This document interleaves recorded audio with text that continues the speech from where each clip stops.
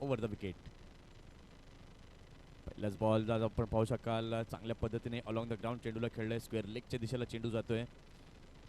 एक रन तिथे पाहायला मिळाली आणि एका धावेच्या मदतीने धाव संख्या देखील आपण पाहू शकाल तर झालेली आहे धाव फलकावरती 1. या संपूर्ण षटकातील पुन्हा एकदा पुढील बॉल गॅप मध्ये खेळला गेलाय. चेंडू जातोय बाउंड्री लाईनच्या बाहेर. चौकार. 4 धावा.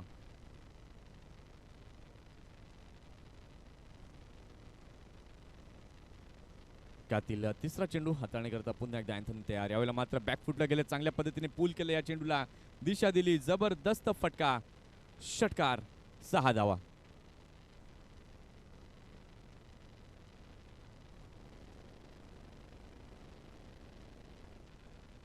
रन मिळवले. पुन्हा एकदा दुसरा फटका पूल केला. यावेळेला मात्र पुन्हा एकदा फ्लॅट 6 बाय फिरोज.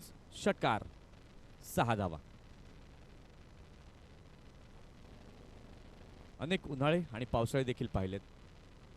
पुन्हा एकदा चांगला बॉल पिक केलं. या चेंडूला काय जबरदस्त अप्रतिम फटका. Out of the park. षटकार. 6 धावा.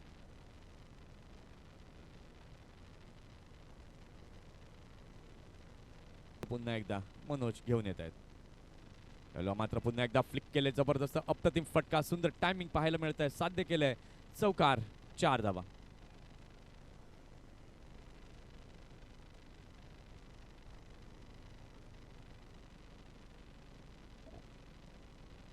षटकातील दुसरा चेंडू. यावेळेला मात्र फिरोज यांची बॅट बोलू लागली आहे.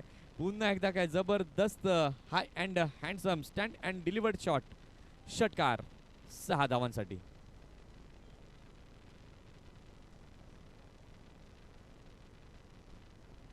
नगरच्या या मैदानावर पुन्हा एकदा मोठा फटका खेळण्याचा प्रयत्न.